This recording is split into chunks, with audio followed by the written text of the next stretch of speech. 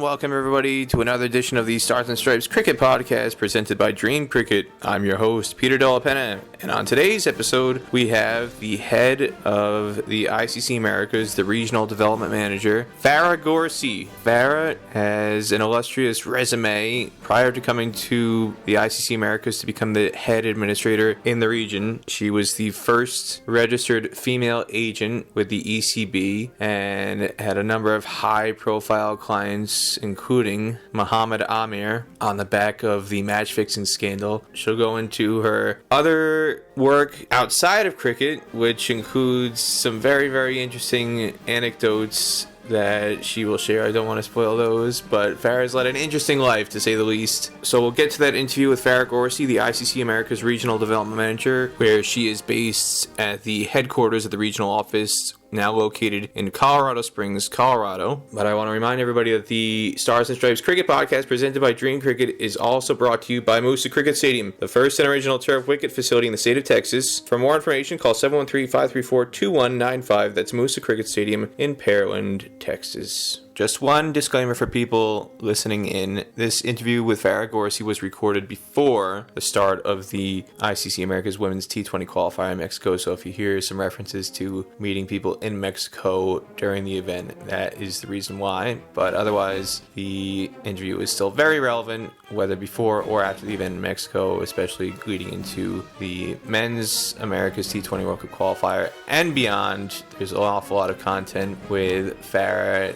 cricket and non-cricket, that fans can chew on. So without further ado, here is the interview with ICC America's Regional Development Manager, Fara Gorsi.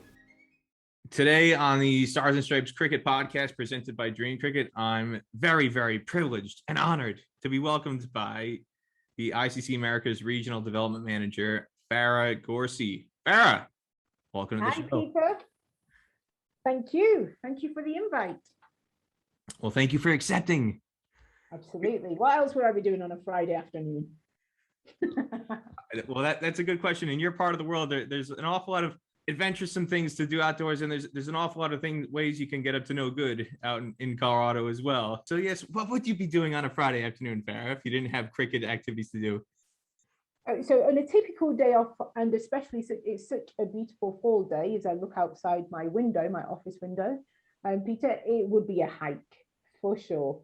There's just so much nature, beauty of the mountains. I would be on a hike. And then later on, I would go for, I'm an avid now, wasn't before when I was a Manchester girl, a bike rider, mountain bike rider. So I would go for a bike ride because it is just cool enough. So perfect weather for hiking and biking is what I would do. I mean, I usually do for most of my days off physical activities opposed to sitting in front of my computer. Have you ever been to Pikes Peak? Do you know, I've not been to the Pikes Peak, and it's a 14er in this region. My friends have been on that hike. I've done smaller hikes. Not to say I can't do it.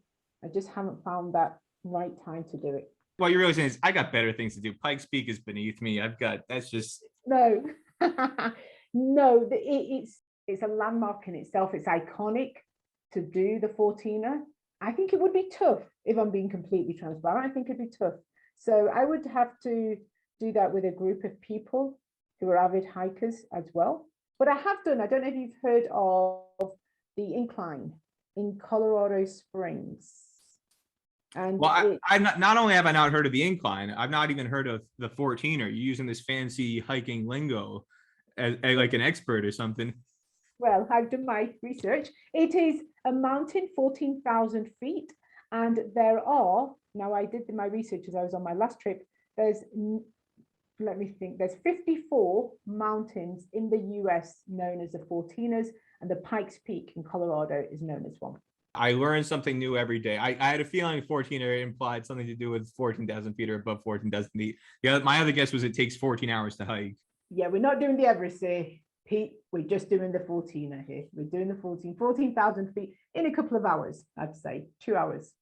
Well, you're the head of the region, essentially. You're in charge of all the associate countries in the Americas, so North and South America and the Caribbean. This month is the ICC Americas Women's T20 World Cup Qualifier. First time there's been an ICC event hosted in Mexico. There was a little bit of wrangling to get it there due to COVID, but I think people are excited, whether it's Mexico City or anywhere else, just to have cricket happening. What are your thoughts on the staging the event, having it be in Mexico City as a first-time host, and just the opportunity to have more cricket and more women's cricket specifically in the new post-COVID era? I don't think it's post just yet, Peter.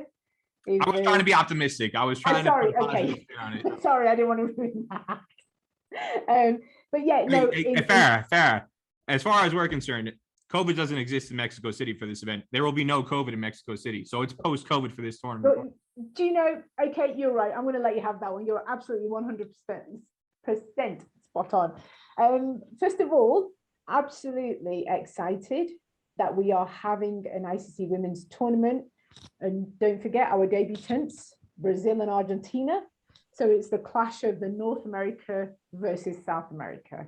I'm absolutely looking forward to going to Mexico next week to witness history being made. Number one, as I said in a recent email, history is being made, and the one benefits of COVID is that Mexico City, the way it's growing cricket at the moment, probably not exponentially as we'd like for it to be, but to have the opportunity to host an ICC regional qualifier is something that not every member, I would say, especially in the Americas region, with the growth of women being quite low, has the opportunity to host.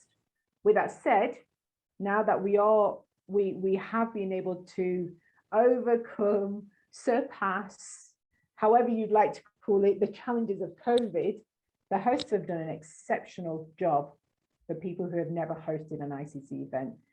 And also we are as well, Peter, as well as focusing on our 4 teams, US, Canada, Argentina, Brazil, we're also going to be putting some limelight on the Mexican women's team as well, and doing a legacy piece around the training and education and the local education programs that we have for them. So it'll do great for the growth of women and girls game in the Americas, because we are one of the regions that does need to grow immensely, and that's comparing to my fellow colleagues in the global world in the other regions.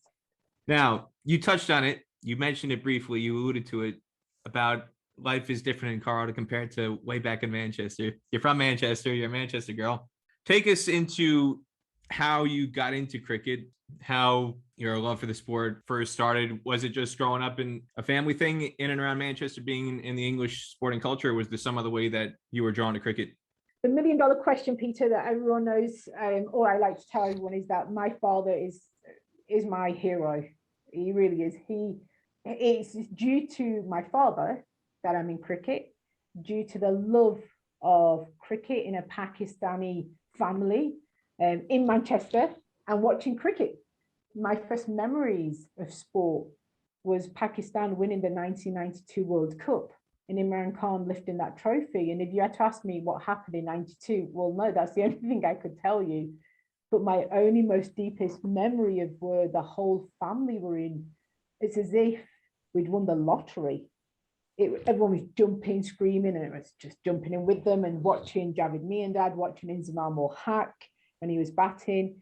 That for me is one of my most favorable memories of sport, but also personally, because it was one of my father's, and I shared that moment with my brothers and sisters and with my father. So cricket stems from passion, from family passion, and I see cricket as bringing us together as a community and as a family. So for me, it has different meanings.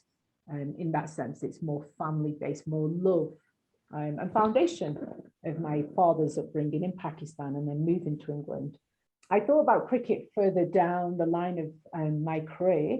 If I'm honest, I do it to make my parents proud, especially, I know, forget anything else. It's just so that my father is just so proud that I told the saying that sometimes I think when he's talking to my relatives, he makes out that I'm like the CEO of ICC. I'm like, Dad, cut that out. This is embarrassing.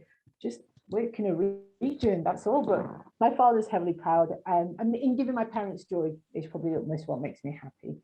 And then doing this as a career. So firstly, I was UK's first ECB registered female cricket agent.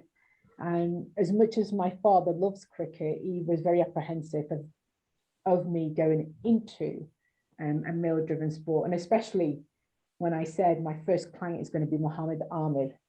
At that time, he was banned.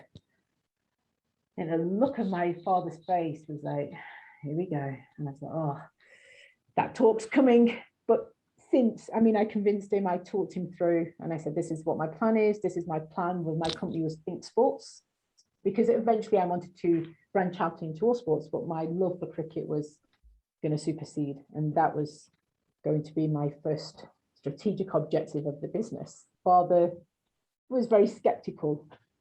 But yeah, that's how I started, Peter, as a agent, as a cricket agent. You led a very interesting life, that's for sure. When you mentioned Muhammad Amir being your first client, and at the time he was radioactive, to say the least. Yes, nothing like a challenge. Yes, that's one way of putting it.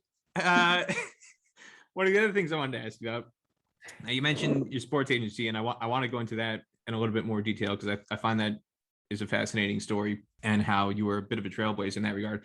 But before that, I did a bit of research. Google is a fantastic resource, Farah. Here we go. Yes, it was an article. I think it was in the Bucks Times or the Bucks Herald, or it was some Buckinghamshire periodical that was talking about how you were coming to talk to a group of students to be a mentor, to inform them about what you were doing at the time, which was working as a sports agent at the time. But it said in the article, before becoming a sports agent, you worked as a project manager, which means a million different things, but also you were a model. I don't know if this was on a TV shoot or if it was a magazine shoot or what, but there's a picture of you with Jamie Oliver in a kitchen with Jamie Oliver, and you're looking very, very productive behind a stove cooking God knows what in one of Jamie Oliver's kitchens. So I'm curious, how did you go from modeling into sports representation, sports management agency? Oh, Peter, you have done your research. Don't Google. Yes. So I started my modeling was, again, linked to the wonderful Mr. Fara Gorsi. I had my daughter around the time of where I was weighing. Actually, there was an article I did do, because I was a size 20.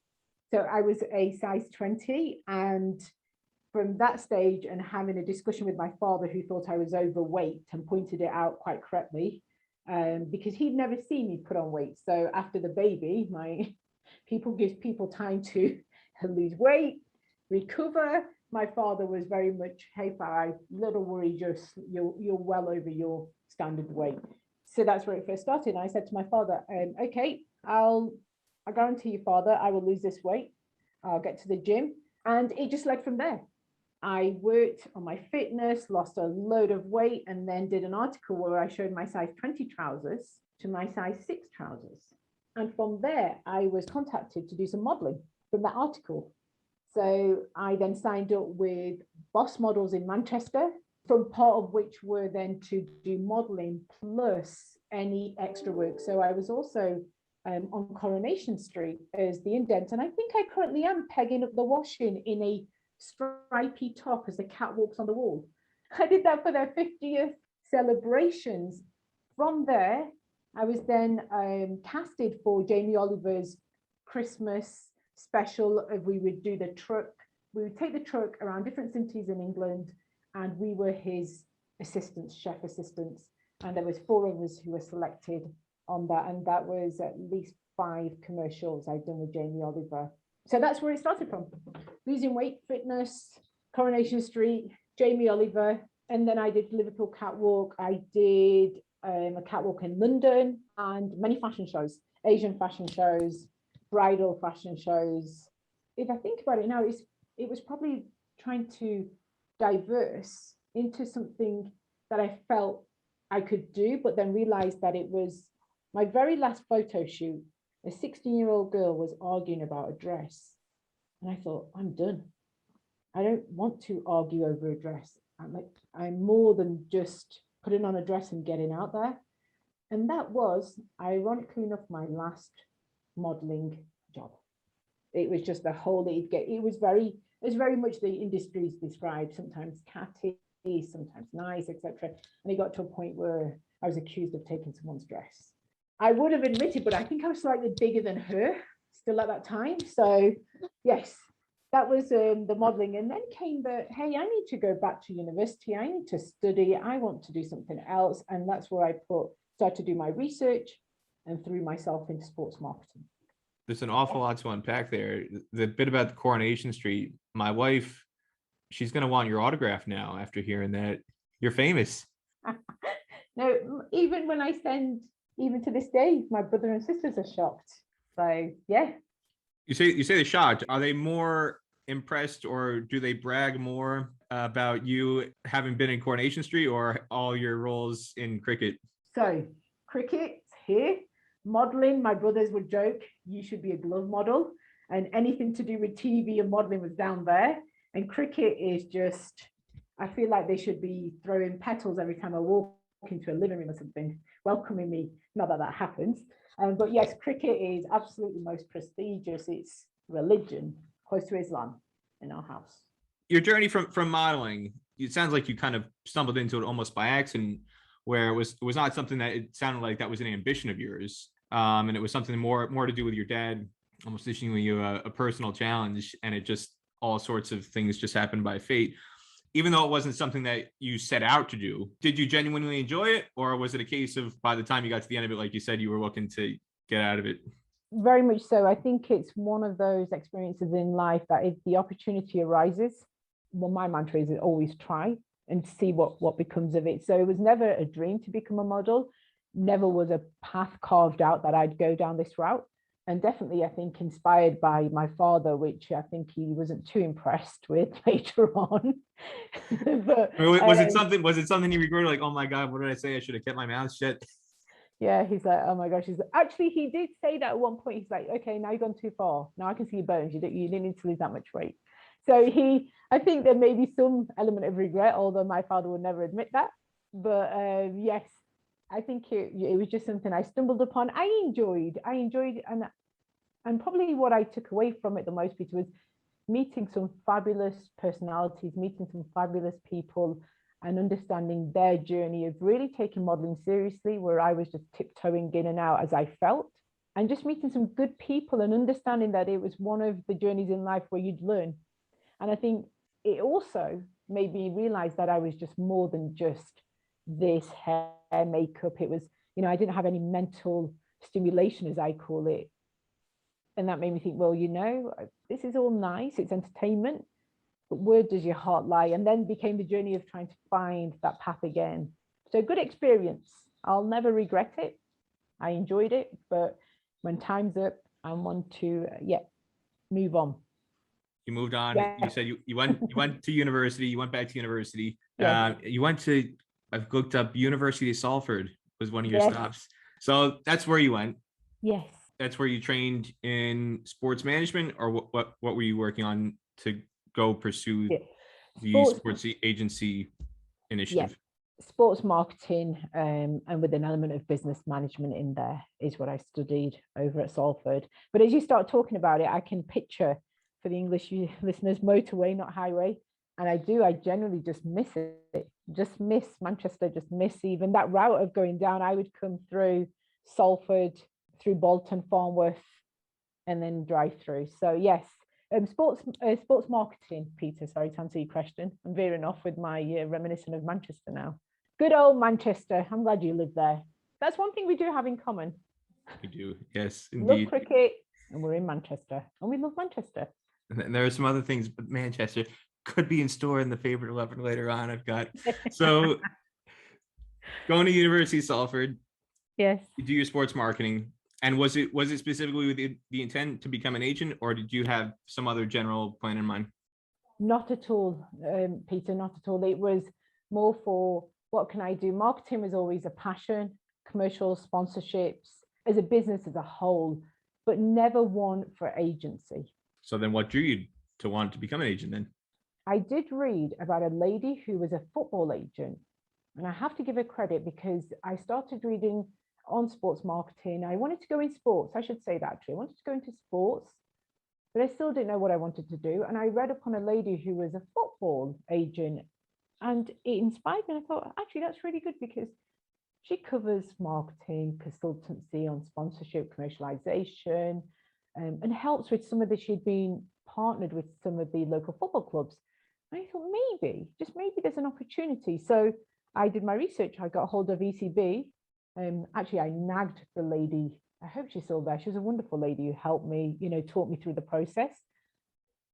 And the more I read through all the papers or the examination, what was required is, as I read more, as I continued with my research, is where my heart was giving me that yes, gut instinct, feeling a good vibe from these papers and thinking, yep, I can do my exam.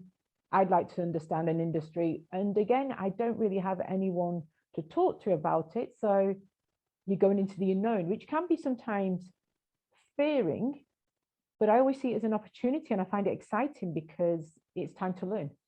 So that's where I, again, started going very slowly into research. It was never in my head, this is what I'm going to do, that's what I'm going to become, who I'm going to target. It all just evolved through the journey of research. So then at what stage then, I guess, through that whole process, did your heart become set on pursuing it?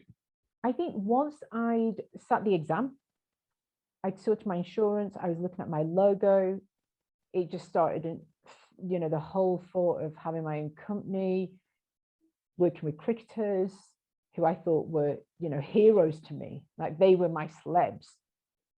And the more it became realistic as I, sat my exam, got my insurance, and I thought, yeah, okay. And that's where I had the discussion with my father. More importantly, have the blessing of Fara Gorsi in this.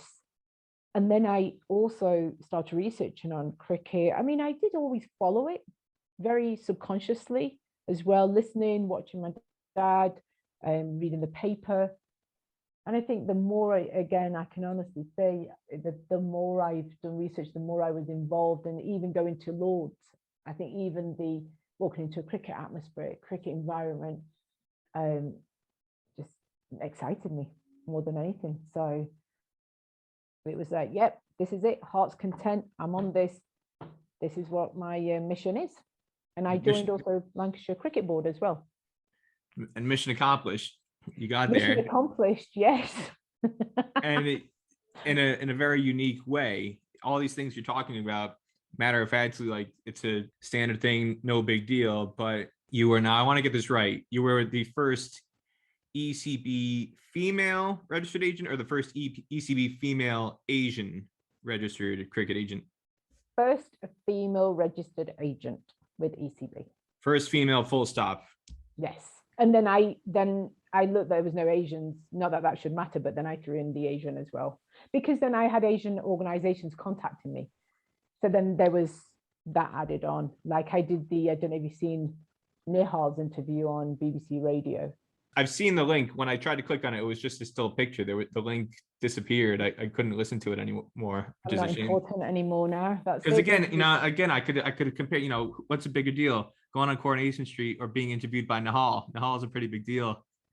I think Nihal, I was very nervous, and he asked me the question that I'm sure everyone would have liked to ask me: have you watched Jerry Maguire? And the sheer look of horror, I was like, who the heck is he talking about? What? But then I did my research, of course, and yep. Then I messaged him and said, "Show me the money." I think he was impressed after that. Needless to say, he never interviewed me again. Becoming an agent, getting into that side of cricket, again, there are not an awful lot of jobs in general in cricket, but especially obviously there were no women serving as agents, and so you're already trying to become a trailblazer, trying to become a pioneer, but then, as if you weren't challenging yourself enough, who do you pursue? You say you pursued Muhammad Amir to be your first client. Take me through the process. I mean, I don't want to be disrespectful, but was it a case of you were struggling to get clients and this was the only guy who was available who you were able to approach because, again, he was radioactive and nobody wanted to have anything to do with him after the match fixing saga? Or is there some other story behind the story? No, there wasn't. In all honesty, then I started, it was a breakthrough of getting to know cricketers and then trying to, like I spoke to Moeen Ali, Wahab Riaz, Shan Masood. My memory is actually really bad, but I did start talking to some international players. But Mohammed Amir to me was, and I think at the time of looking, and I announced I was the first female agent, and there was a lot around media at that time, which was just a genuine interest. I was contacted by one of his friends or someone from Pakistan to say, would you look to, as you're the first female agent, you know Mohammed Amir's background. At that time, I didn't know the intricacies of the match fixing, in all seriousness. Would you help him come back because he's looking to come back to international career? You're the first female cricket agent. So it was an introduction to start to get to know Amir. And then I said, I again, as I mentioned, I spoke to my father, and it was, quite one of those uncomfortable discussions of what's, exactly what you said. He's coming back from match fixing. Farah, understand the whole point of what this means to someone who's coming new into the industry. It could be your poison chalice. It's someone who's a star, but then what happens when you're faced with everything that's going to be drawn into the media as and when he comes back to the international stage? Again, I always believe that I didn't want to come in as also having this accolade of first female cricket agent. Then maybe I need to do something different. Maybe it means putting myself where not many agents would as a newcomer. Let me see what this, what Mohammed Amir is about. So I think we spoke for a couple of months at first at length, and he has become, and his wife have become genuine good friends of mine, just through the sheer of understanding the challenges he faced when he returned to international cricket, but also understanding his background, what had happened in Pakistan, and being from parents from Pakistan and understanding that culture, you can somewhat sympathize and understand to what's gone on in that culture and the team environment. So it was, again, I'm very much driven on challenges, and I took it upon a challenge to represent Mohammed Amir. And at the time, Peter, there were so many other agents who wanted to represent him at the same time. Farah will represent him, and I faced all sorts of challenges from other agents for representing Mohammed Amir because they wanted to, but I just thought it was a great opportunity for who I believe is an exceptional human being. And I think he's a good father, good husband, and an absolute talented cricketer. Today's episode of the Stars and Stripes Cricket Podcast, presented by DreamCricket, is also sponsored by Musa Cricket Stadium, the first and original turf wicket facility in the state of Texas, and now one of the premier venues for the minor league cricket T20 franchise tournament. Located at 5515 McKeever Road in Pearland, 5 miles off the Bailey Road exit from State Route 288, and a half hour south of downtown Houston, Musa Cricket Stadium includes fully enclosed locker rooms and change rooms, plus shower facilities after a day's play, as well as outdoor nets for all your training needs. For more information, call 713-534-2195. That's Musa Cricket Stadium in Pearland, Texas.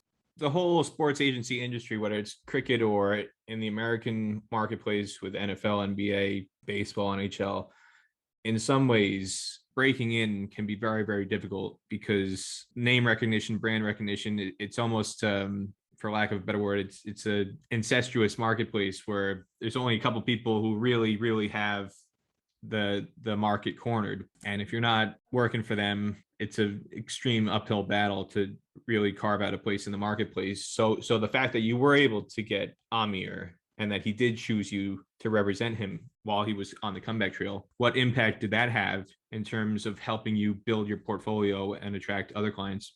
Automatically, I'd like to use a term overnight, other Pakistani cricketers started reaching out for representation. People then got to know that this young lady was serious about coming into cricket. For me, I believe it did open up many doors of representing Mohammed Amir, even to a point we had BBC contacting for an interview, BBC working with me to be able to go to Pakistan to interview him. So at that time, we're just having the accolade of being the first female registered agent. Also then came a huge responsibility and somewhat accountability to what now my client does is hugely going to also be a reflection on how I manage him. So from opening doors and having the exciting and all the good feeling factor became a little bit of seriousness, if not more, that there was this accountability. And as I believe as a female coming into cricket, not having many females or having zero female agents, it was always going to be a challenge. And if anything, this not only opened up opportunities, but just as much created as many challenges, if not more. In that case, do we trust her? She's represented someone from Pakistan. He's done this. You know, even some county boards were reluctant to speak to me about his coming back into international and then county cricket. So it was challenging, but I enjoyed it. Opportunities, definitely, but an interesting time for me to learn about cricket, learn about managing people.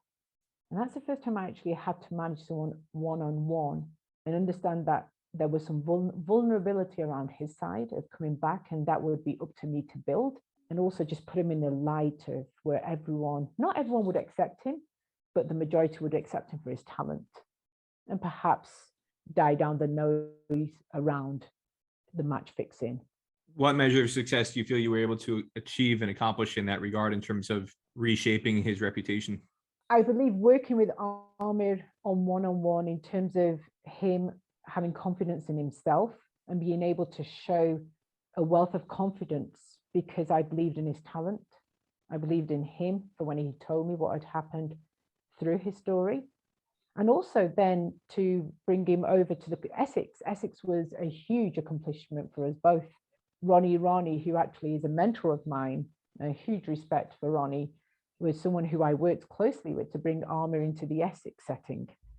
And there was challenges around convincing certain people around the board of Amir's talent and who he was as a person, but also then the level of education, of educating him.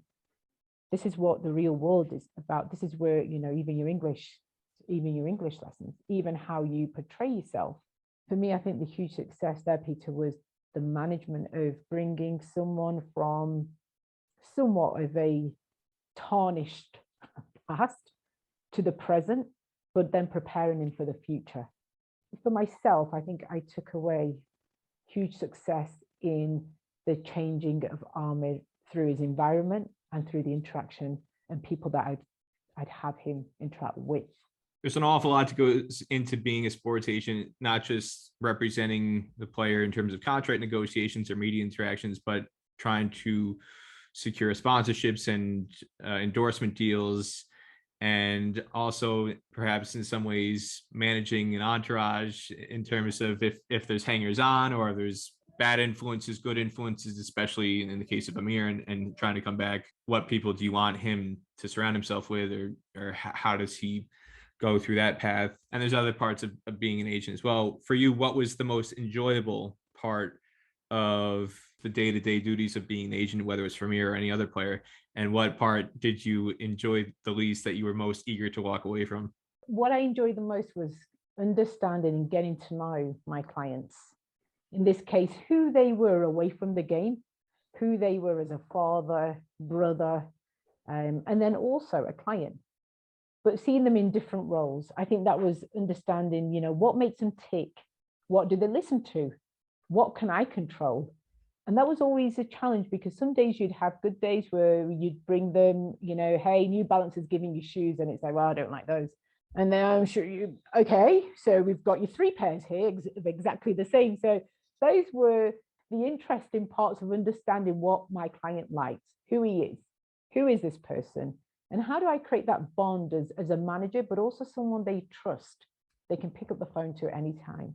For me, the relationship management was my favorite because we are different humans, and I just like to understand who I work with and who I choose to be friends with. Now, there's certain clients I've worked friends with and a manager. With certain, it was just managers. I'm just your manager, and this is what we're going to do. The part I enjoyed walking away from was when sometimes if I was approaching a club and other agents were, the challenging discussions with other agents that would like to, you know, you were a small fish in a very large pond, and they would make you feel if you were in a meeting, or they would make it known that you were just that small fish. And I think getting away from the negativity of what somewhat agents create, and maybe just in business in general, probably was my most favorite, to not deal with the negativity, not given an opportunity. Whereas I would never do that. I've had ladies now call, message, email me, and I've always given my best advice. So getting away from other agents probably was my favorite. But the clients themselves, who in all that I managed, I enjoyed my relationships. So even if I see them now and I'm at a game, there's a lot of respect for each other and a lot of friendship there as well. So yeah. You kind of touched on one thing there that is, I think, something that is stereotyped a little bit in terms of sports agents. Maybe some of that has to do with Jerry Maguire and what was portrayed in that movie. But in some ways, sports agents, the sliminess or the very underhandedness, the backstabbing element of the business, and you touched on that as one of the things that you were most eager to get away from. Is it as is portrayed sometimes in kind of fictionalized versions where even, it's something like Jerry Maguire, where you've got other agents trying to poach your clients, or they're just trying to plant dirty rumors or very negative, unsavory things about you to try and scare potential new clients away or scare current clients away? How much of that actually did you experience, and did that actually factor into you wanting to leave the business? I'll answer in reverse. No, nobody ever scared me, or any other agent didn't put me off to a point where I would leave at all. A lot of the decisions I made was purely based on my situation and what I would like to follow and do. Passionate for what I was, and I'll go into actually that and what sports agent world made me understand about myself as well.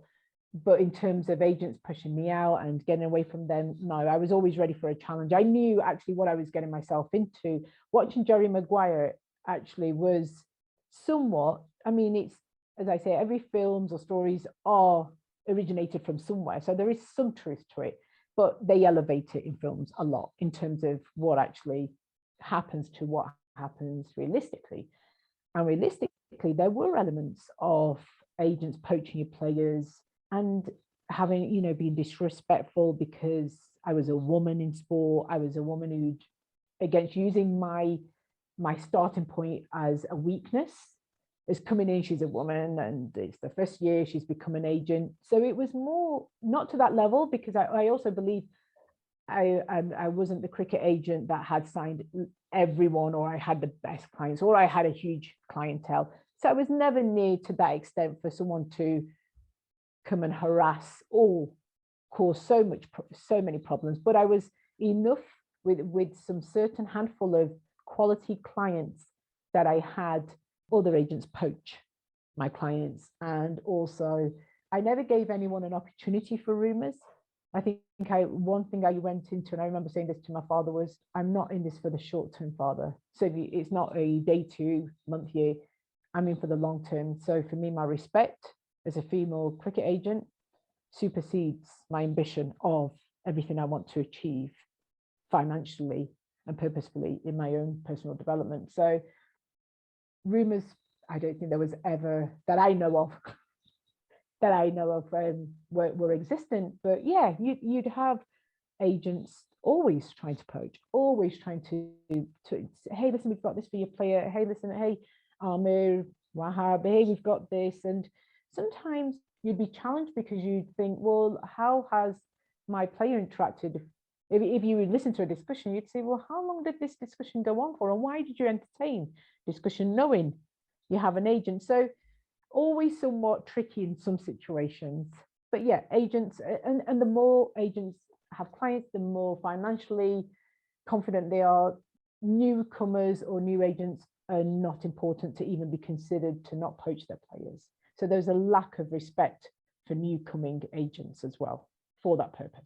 Did you find it more challenging and more difficult to secure new clients, or to keep current clients from being poached away by other agents? I'll be honest, I didn't have any fear of losing clients, but the ones that I work with knew the value of my work and would recommend me to their other colleagues as well. So there is the odd fear sometimes where you think, okay, this client of mine, and out of all my clients, actually, Amir was the one that I was worried would leave me because new opportunities as he gets back into international cricket. And I'm new to the game as well. But he was loyal right to the end, very loyal. to the end and said, nope, I signed with you. I'm going to work with you, and whatever you bring, contracts, deals, sponsorships, with you. So that was a nice little success. Even to the end, he didn't want me to finish working as an agent. A couple of my clients were touched and were a little bewildered I would leave the agent world. But always, and again, I always did say, you can contact me anytime. Friends, forever in cricket world. So, but yeah, never feared that to an extent. I believed in the work that I did for them. And it'd be their loss, sometimes I'd tell myself, if they lost me working for them.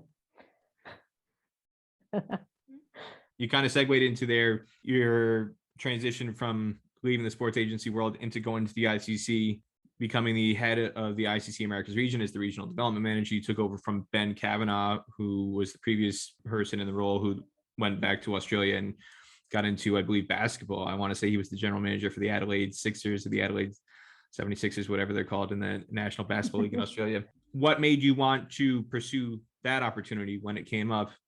As I alluded to previously, my last answer, when you asked me, was what sports agency and being a sports agent made me realize was that I was never concerned about the bottom line figure.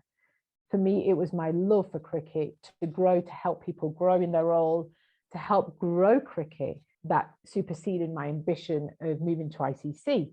And when I saw the role that was again presented by my dear friend Ronnie is my mentor, he gave me the confidence that, hey, listen, this is what I believe you can do with your eyes closed. And there were his words: you can do this role with your eyes closed. Why wouldn't you consider an opportunity at ICC? And then I took some further advice from, again, someone who I respect dearly, is Colin Graves. He was the chairman at ECB at the time. And I just sit with him in for a few minutes and take some advice around female agent. He actually gave me some advice when I became a female agent. And then I also shared this job description with my long-term friend as well, and a mentor, Wazim Khan, who's been huge to my personal development and professional development in the agency world, and then also through the growth of ICC, of a regional manager. And every person who I respected in their role in cricket were very encouraging to take this role. And somewhat I felt, okay, I feel that I think I can do this role. This is a new challenge. And again, went into it very open-minded. What can I lose? I still have my agency. So that's how I moved from my agent role to my current role as ICC regional manager. Ronnie, Colin Graves, Wazim Khan. You're dropping an awful lot of names. Is there anybody else you want to name drop on us in terms of somebody who influenced you and encouraged you to go pursue this job? Not name drop, but because there's been a lot of people. Sorry, I didn't think it sounded so pretentious, but there's been so many people on my journey that have helped. Fara Gorsi being one. But these people have been exceptional in their own roles because they didn't have to. They took the time to give advice. They didn't have to. They took the time to understand there's a newcomer and somewhat take you under their wing, so to speak. So I think that's why I do mention them, because they were crucial to my personal and professional development. And also maybe if I had not had good influences around me, I would have been still an agent. So it makes me think some days. When you were an agent, again, a lot of the focus of our conversation has been around Mohammad Amir. You said a lot of the other Pakistan players were calling you and wanted representation as well. And so essentially all of your players that you represented were part of the test world, part of the full member world, to then go into a new part of the cricket fraternity, away from the test world, away from the full member world. And again, you said you grew up, 1992 World Cup was a seminal moment in your life, wanting you to get into cricket and Imran Khan and all that, to go into a world of Bermuda, Mexico, Argentina, Brazil, USA, Canada, all these associate countries that a lot of people may not know play cricket, or even if they do, there's not really an awful lot of respect shown to them in a lot of ways. What was that adjustment period like? And what did you know about these countries before you got into the job? And how have your experiences with them changed your perception of what cricket is like beyond the test world? So very much it's as if, and I shouldn't make this comparison, it's as if you've been in a Gucci shop and been looking at Gucci and Louis Vuitton more or less all your life, watching that level of cricket. And then you go into, and don't quote me on this, Peter, Primark. And you're like, okay, but there's some just really genuine, good pieces to buy in Primark, okay? You can get some good brands in Primark. There's nothing wrong with that. Hey, for pragmatic purposes, functionality, that's what I go for when I pick up my clothes, not what. Hey, look at me. I'm wearing a Peppa Pig, Daddy Pig shirt. I'm not wearing the Gucci anytime soon, Farah. So I was coming to your Daddy Pig t-shirt. I was just going to use that. So you work with, and the analogy I'm showing, and the reason I say this, because you go from the top of what cricket is, your full member, your World Cup participants, and then you go to your grassroots, where people can afford the prices, people can go in and pick something genuine, and there's some genuine good pieces.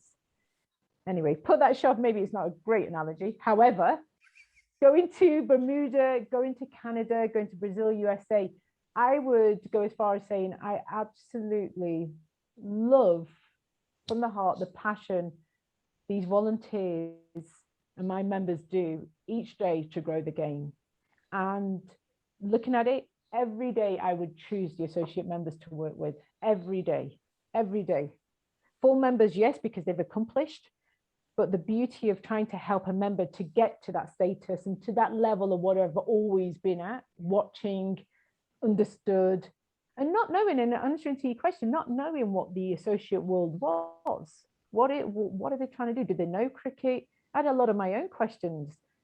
But what I did find out, and what I love mostly about this job, is going into countries where they are just growing the game. And I'll use this memory of mine is in Belize. And I'm 2 years ago, before COVID hit, I was in Belize. And again, very small, growing, very lower on the scorecard, around about 40,000 on scorecard funding, and really trying to grow the game in a village type setup. And I walk through, and there's this little corner shop, and they gave me a nice fresh bottle of full fat Coke. I haven't had full fat Coke in a while. And it's warm, it's just humid. And I'm stood there and I thought, and it was just one of those moments where I am so glad. And I'm so thankful and blessed that I am in Belize watching this standard cricket game where they are all trying to grow the game. And we're in some fields, and it somewhat reminded me a little bit of Pakistan, just the whole third world, very rural, but nothing gave me more joy than to talk to those people and understand what they were trying to do to grow the game. And it's moments like those, Peter, that make me think that I would work for the associate members for as long as I can and help them grow the game, because there's true gems out there trying to grow the game for just merely to grow cricket and enjoy it, opposed to be in the World Cup or seeing themselves on TV. It's just a love for it. And that's very refreshing as well, very refreshing in this modern world of ours. I'm almost getting a tear. The emotion in that answer there. It's wonderful, but that's why I'm sure you travel with us and you see some of the tournaments. You just meet some really wholesome people. Salt of the earth all the way. Salt of the earth, absolutely. And there's no bigger joy, I think, especially if that's what you're inclined in, and that's the way I am. It's got to be heartfelt. And some people around the associate world, they work exceptionally hard, and being part of their journey. I mean, I'm irrelevant to them, as I sometimes think, because they're in their country, they're in their own conditions growing the game. Fara says, do this. Fara says, can we have this? This is your budget. Fara says, let's do your strategy. What are you looking at? But when they're down on the ground doing the day-to-day, the accolade goes to those people. I'm here to support them. And yeah. One more question, then we'll get to the favorite 11. So as the head administrator in the Americas, leading all these associate countries, and being the head administrator who's also female, who's been a female trailblazer in other walks of life prior to becoming a part of the ICC. Women's cricket is probably the one area in the Americas specifically that has always been overlooked, not really supported very well. The USA national team program has only existed since 2009. And even in the 12 years, there's not really been much progress. And that is emblematic in a lot of countries in the Americas region. And then you have other examples where Brazil is taking an entirely different approach, where they've neglected the men and said, we're going to make women a priority. And the fruits of that are being seen in the T20 World Cup qualifier in Mexico. So seeing the different approaches that countries have taken, what are the things that have stood out to you in terms of models of success that you want to see other countries model their own programs after? And what is the number one thing you would like to see countries focus on going forward that you think maybe hasn't been given enough attention in order to forward not just cricket overall, but women's cricket specifically? It's an interesting question because each country is unique to its own conditions, hence Brazil and USA. USA have gone the traditional way, domestic teams, women's grassroots coaches, as well as focusing highly on men, high performance actually. Brazil, completely different, understood their audience that we have expats, but we don't have any indigenous Brazilian guys who really want to take the sport seriously because there's football, there's rugby. So they turned the model on its head and worked with the women, which has been exceptional for them. As you say, the fruits of the labor are showing now. I believe what I would like to see is, for me, again, it comes from the growth of allowing these school programs to grow for both female and males, but specifically for females to have that as an opportunity at schools. I think when we look at cricket and we utilize communities, we can look at high performance. Of course, we can get these segregated groups and try to bring them together. For me, it goes back to the basics. Had cricket been an option for me as a child, I think I would have taken cricket. I was netball, I was rounders, hockey. But if cricket was given to me on this school curriculum or made available to me at a younger age, then absolutely it would be something that I would have partaked in. I think that's the same with each country. I think what I've been impressed by is different models. There's not one size that fits all in this case, as we say. I'm more for growing cricket in their conditions unique to them, opposed to this worked in Brazil. Okay, Argentina, you do the same. Chile, you do the same. It's what works for them. And Chile, for example, we're looking at skill programs. They have a women's team because there's South American championships, but that's just a group of girls who enjoy playing cricket voluntarily. So we've gone back to the school route. Argentina has programs in schools, has a women's team, have actually been the first member in my region to do a women's cricket strategy as well. So unique to them. And that way we would have organic growth of cricket, opposed to we need to, as ICC, fix this, ICC Americas, should I say, fix this, you need to grow the women's game. What I've done also in our region is we call ourselves the Americas family, and we have a member check-in clinic where I, especially with COVID, interact with my members on a regularly monthly basis. We pick a topic and we work on that topic for all the members to learn from. Recently has been Julia Price from the USA Women's head coach, has volunteered as wanting to spearhead coaching for the women in Americas. So we set up a forum where other members in the region join the call. I have a young lady in Peru who's passionate about cricket development. She's just actually, Peru won an award for doing an online cricket program. She is now spearheading women's development. Sometimes I take the ICC element out of it and let people who are naturally good at what they do on the ground to be able to somewhat influence the members around them. So no particular model in this case, it's unique. But the growth of women and girls, as you probably be aware, we had over the West Indies World Cup, the Mothers and Daughters program that originated from my region with my female colleagues in the regions, in the member countries. We created the MAD program, which is the Mothers and Daughters, and that still goes on in different countries. That still is the icebreaker to bring women and girls on. So various models, I would say, depending on the region, but definitely the focus is around having members be the leaders in growing the game and not ICC mandating this, because there's a difference. The best way to help is sometimes to just stay out of the way. Let the members help. If you need to help those help themselves. Yes. In all seriousness. And they do a great job. They feel valued, they feel empowered to do so. And it's also sometimes because we have ICC Americas hats on and we need to do this, we need to do this. Remember, I usually some days take a step back and say, what would I do if I was in their position? I wouldn't want ICC up my, do this, do that. I would say, actually, let me do what I have to in my region, in my country, my local area, and then assist me as and when I require it. And some of our members are very much competent to be able to do that. And that's where I like to empower them. And again, Peter, you've heard of our Future Leaders program.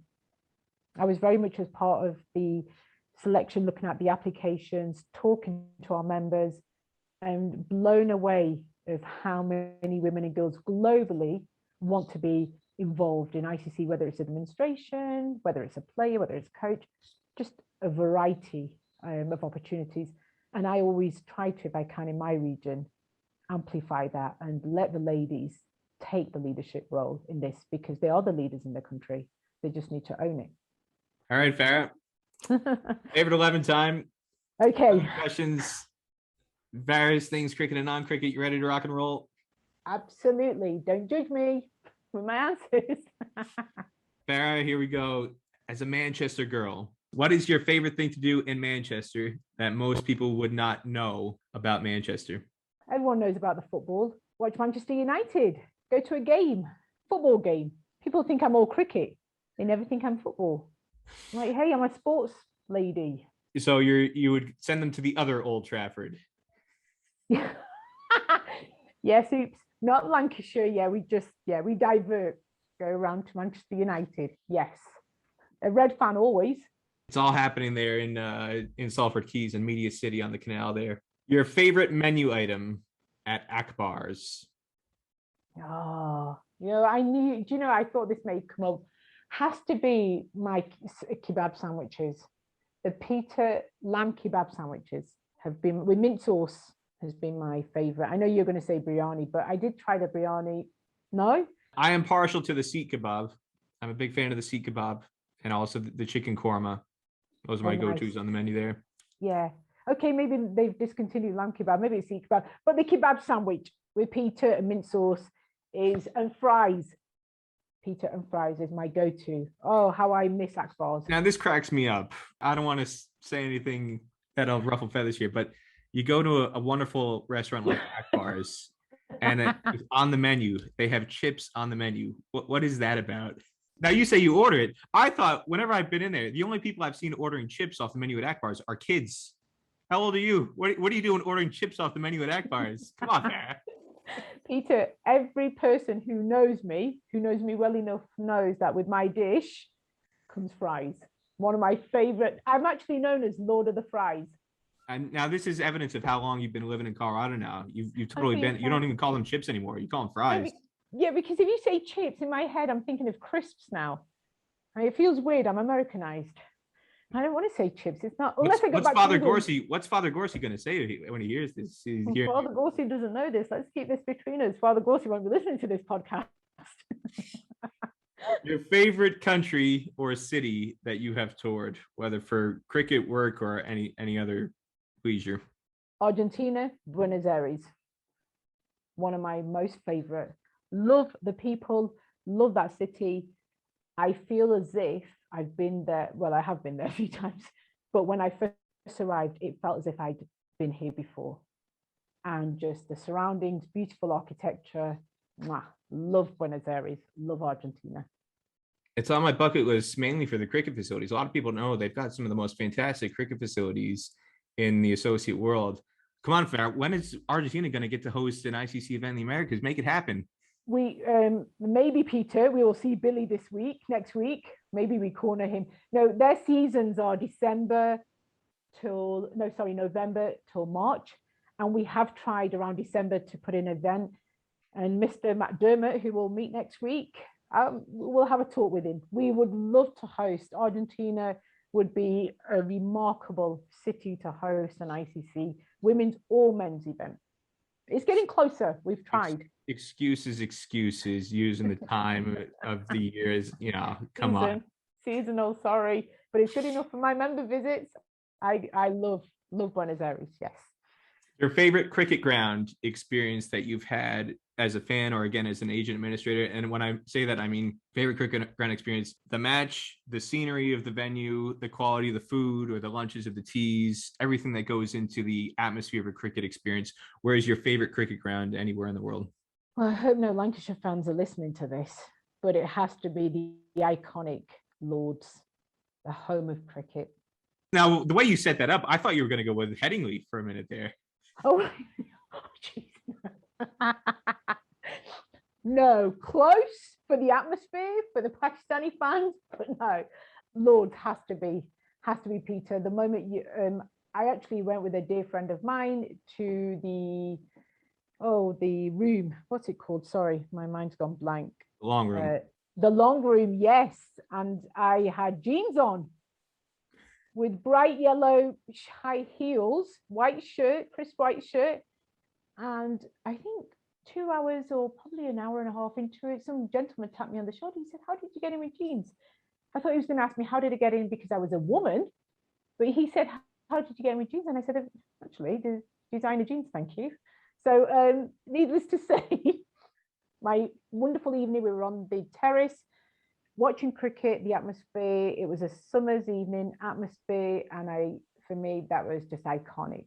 I love the atmosphere. I love not too much on the food. That's all right. Yeah, it's fine. But the actual ambiance of being at Lord's, just can't beat it.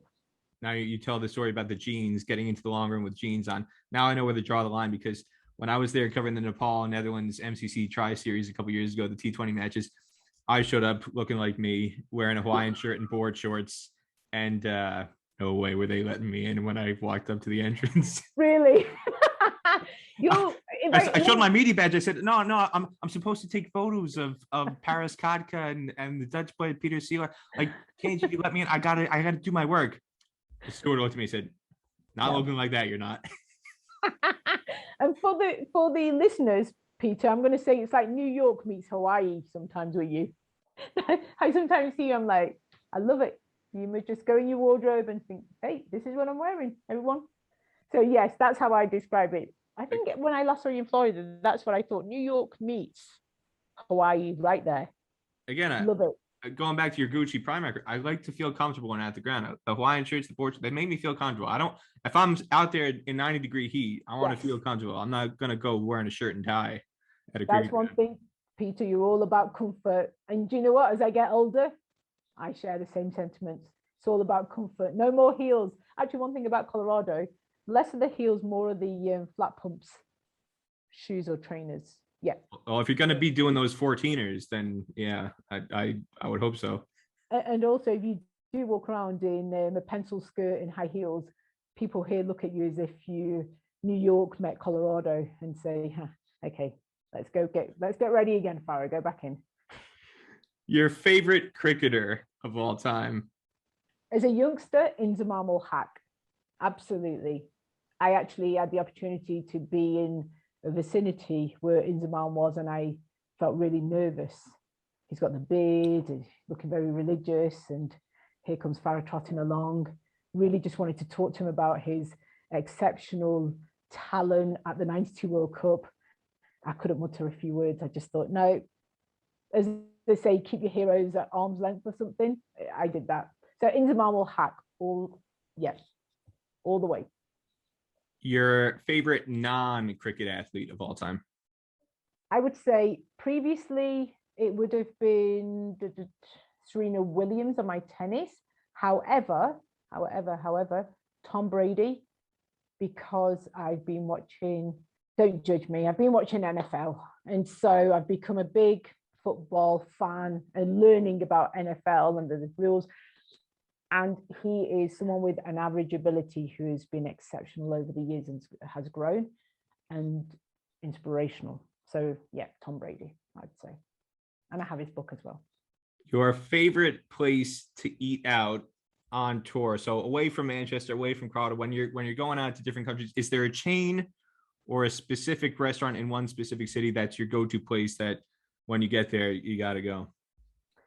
There is in Buenos Aires, in Argentina, has my favorite, okay for you, chips. And it's across the hotel that I always book.